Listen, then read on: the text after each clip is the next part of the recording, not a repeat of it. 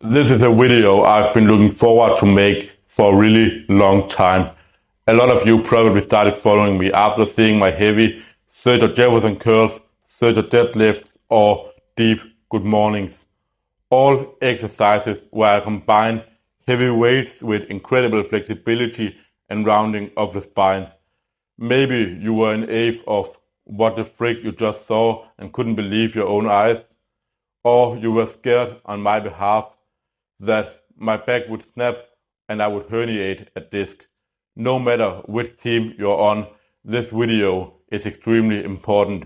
I'll share with you everything I've learned over the past 5 to 6 years about building strength and flexibility to lift heavy in these exercises and at the same time avoid getting seriously injured. Injuries in the Jefferson curls especially often comes because people start out practicing it in a wrong way, and that is what gives the Jefferson curls a bad reputation of something where you can never load it heavy and that is bad to load the spine, while in reality it's just the people practicing it that are doing something wrong. So now let me go over some common mistakes that I see people make. And one of the worst ways that you can start out with a base is by having really good strength and very poor flexibility. But that is only if you do things the wrong way. So let's say we have someone who can deadlift around 250 kg to 300 kg in a standard conventional deadlift. And this guy thinks that he can just put on 100 kg and do a 10-inch deficit deadlift. But strength is very positionally specific. So if you have never practiced the extra flexibility that it requires, it means that even though the weight might seem very light for you, you have not built any contractile strength in that position. And what is going to happen is that you get pulled deeper and you don't even have the flexibility. Not only do you not have the strength, but more importantly, you don't have the flexibility, which is what is going to cause you to end up probably getting a hamstring teared when this weight pulls you deeper. Now, what should you actually do? What is the actual way that you should train this instead? What I would do is still train the main lift and then superset it with a really light variation of a Jefferson curl where you use just the bar or something even lighter than that. And then you just curl down really slowly and really slowly up again. Now it's not going to become a problem that you don't have any exposure to that range of motion before, because the weight is going to be so light that you can easily control it throughout the entire range of motion. So now you can begin to go deeper and deeper every single week and build up flexibility, and eventually what you'll do is increase the range of motion on your main lift to a range of motion that now becomes very comfortable for you and you know that you can actually control. But you want to maybe make the weight a little bit lighter in the beginning when doing so.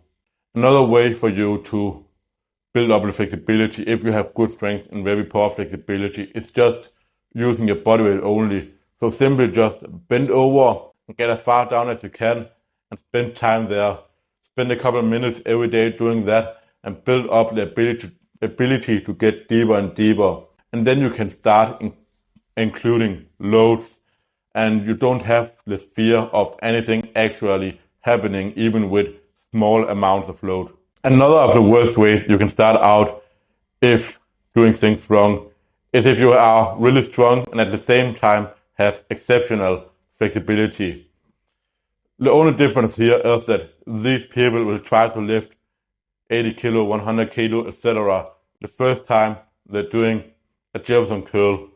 And while they do have the flexibility, they don't have the strength. So as soon as they try to lift, they just end up being pulled back down. And yes, they have the flexibility, so the likelihood of something happening to them is probably less, but they're still overestimating what they're capable of. And instead, what they should do is start out really light in the Jefferson curl.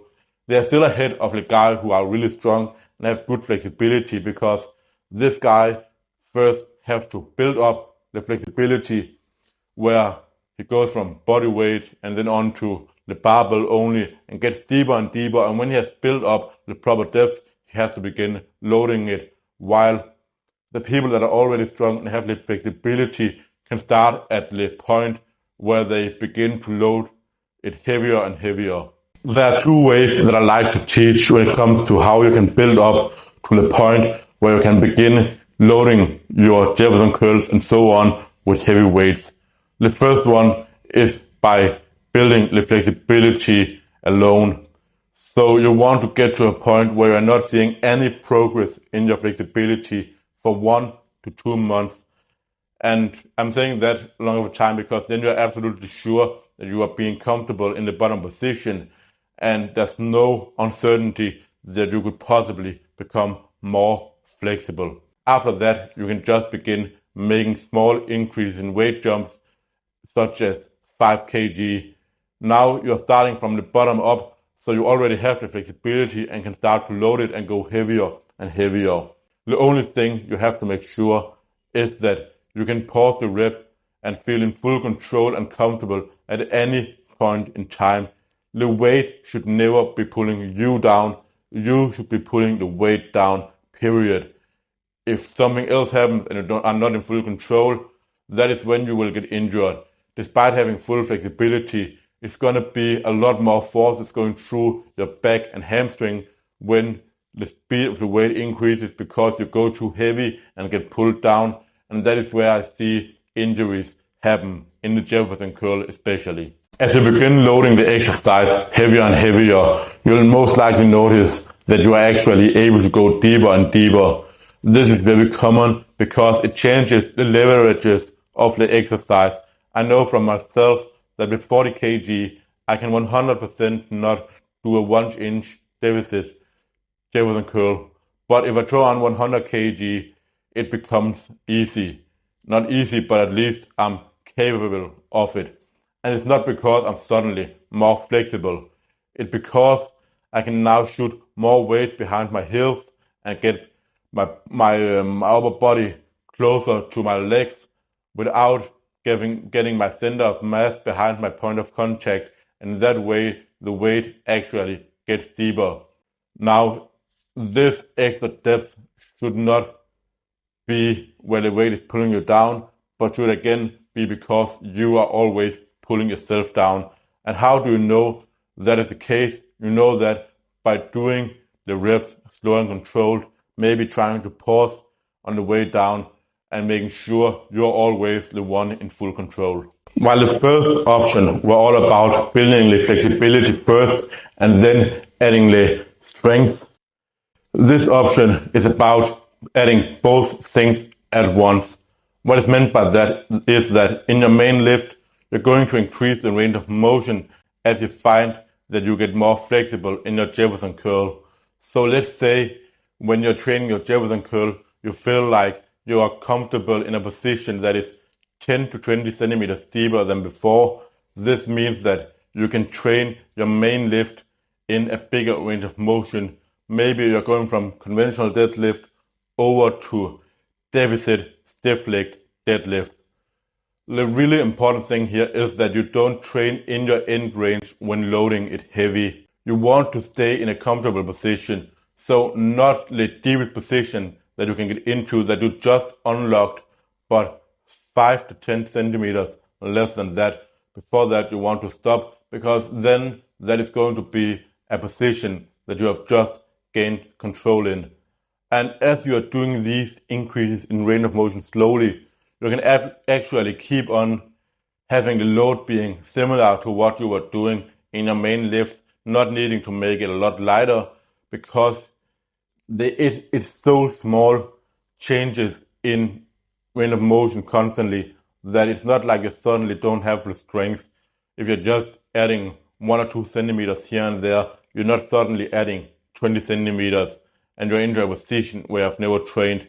It's very similar, so there are going to be some carryover between different positions and the strength that you have built up. This method can be more risky, so the first time you try it, maybe do small load jumps like 20 to 40 kg, 40 to 60 kg, 60 to 70 kg and so on. And as soon as you start to feel like you're beginning to maybe lose control, that is where you end it, and you work in that range of motion, because you have not built up the full flexibility here, so you can't just go as heavy as you want, because if you lose control, there's a big likelihood that you get pulled down and you end up getting an injury in the hamstring or similar. The fun thing about this approach is that when you have the full flexibility comfortably available to you, you might actually already be able to load the Jefferson curl with 100 kg and do 1 or 2 reps. I personally used the first approach, but I believe both are great ways to do it, so choose whichever one you like the most. Until now, I've talked very loosely about how you can build up the flexibility to do things like Jefferson curls. So now I think it's time that I share exactly what I did for over a year to build the flexibility that I have. 2 to 3 times a week for over a year, I would do 3 supersets of pike compressions and slow controlled Jefferson curls. The pike compressions I would do for sets of 10 reps, where on the last rep I would hold for 10 seconds and try to pull my legs as high as possible through the strength of my hip flexors. When performing these, you should place something behind your lower back so that you don't cheat by leaning backwards in your lower back, and that way get your legs up higher. If you're using something behind your lower back, you will know for certain that if you're able to lift your legs higher, it comes from an increase in active flexibility, which means that your hip flexors are now stronger. For the Jefferson curls, I remember I would go really light, something like 10 to 15 kilo dumbbells, which means that I'm in full control the whole time over the movement. And then I would do sets of 5 reps, going down in a 5-second tempo and up in a 5-second tempo. And then on the last rep, I would stay down there for 30 seconds. For the first 10 seconds, I would try to get deeper and deeper, to get as deep as I possibly could. After those 10 seconds, for the next 10 seconds, I would try to get comfortable. And then for the last 10 seconds, I would squeeze everything I could in my quads to get as deep as I possibly could, hopefully and most likely deeper than I would during the first 10 seconds. This is a method known as PNF, or proprioceptal neuromuscular facilitation, which is a type of contract, relax, stretching, where you are making use of what is known as reciprocal inhibition, which is where the activation of one muscle, the agonist, inhibits resistance from the antagonist, which means that muscle becomes easier to stretch or move. In case of the Jefferson curl, it means that as you're pulling deeper and contracting your hip flexors and quads and your abs to stretch out your hamstrings, that inhibits resistance in the hamstrings, which will be the antagonist, which means that the agonists are the muscles in the front, so the hip flexors, the quads, and the abs. And after you have the 10 seconds of getting comfortable, as you begin to really pull deeper again, now you will have less resistance in your hamstrings and should be able to pull deeper into your Jefferson curl. I think it's only right that we end the video with going over some common misconceptions about the Jefferson curl and then how to do it in the right way. The most common misconception that I bet you have heard 1,000 times is that it's bad for your back because Jefferson curl is a back exercise. I'm going to put this out there. It's 95% hamstrings. And the only thing you'll need to know to be able to say that is that I've got my hamstring injured from Jefferson curls, but I've never had anything happen to my back. My back never gets tired from Jefferson curls, but my hamstrings are set on fire. And the reason it's hamstrings and not back is that if you look at a Jefferson curl, the time where we are flexing the spine and extending, there won't be much movement of the barbell, which means that the spine, the erectors and stuff are not really lifting much weight, moving much weight. Then as soon as we start hinging at the hips, a lot of movement begins to happen. And yes, I know that then we have around the spine and are moving weight with around the spine.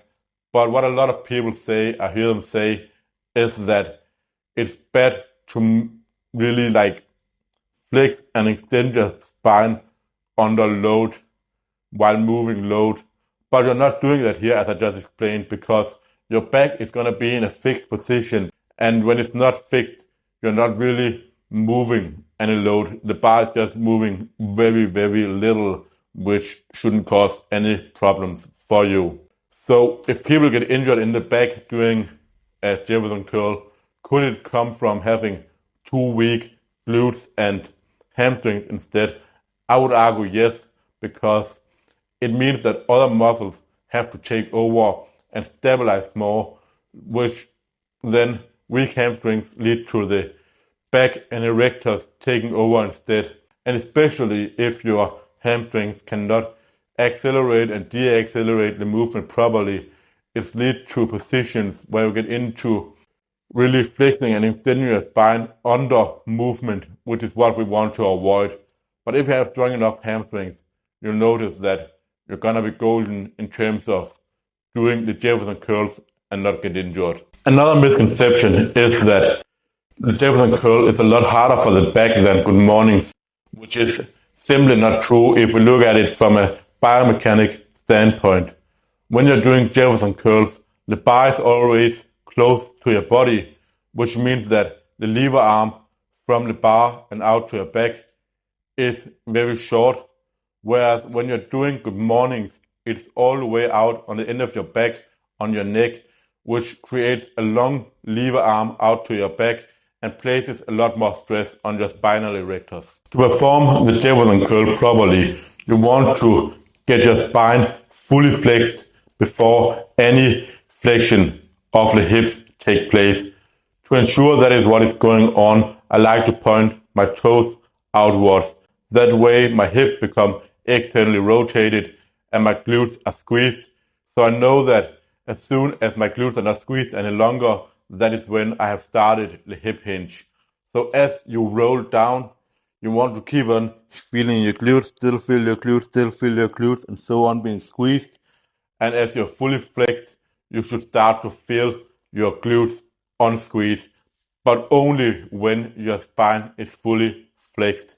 When you begin the hip hinge with the spine fully flexed, you want the spine to stay that way. No change in length of the erectors should happen in either the eccentric or the concentric part of the hip hinge, only when you are beginning to extend your spine again, when you are not really moving much weight. If it starts to happen when you're doing the hip hinge and the weight is moving a significant amount, or the displacement is significant of the weight, that is when you start to put a lot of stress on your back and your erectors. So on the way up, especially, it is common for that to happen. So you want to totally avoid that, because not only does the too early extension of the back cause extra stress in itself, but the bar also gets further away from the body as you extend your back, similar to what you are doing in a good morning. And that in itself also adds a ton more stress on your back. So now you know how to do the Jefferson curls, how to build up the strength and flexibility, things to avoid, and how you can safely get up and do heavy Jefferson curls in deep ranges of motion. And the same thing with Zercher deadlifts and good mornings with straight legs, etc. And at the same time avoid getting injured in these. So if the video helped you, why not leave a like, subscribe to the channel and share it with your friend. And I'll see you all for the next one.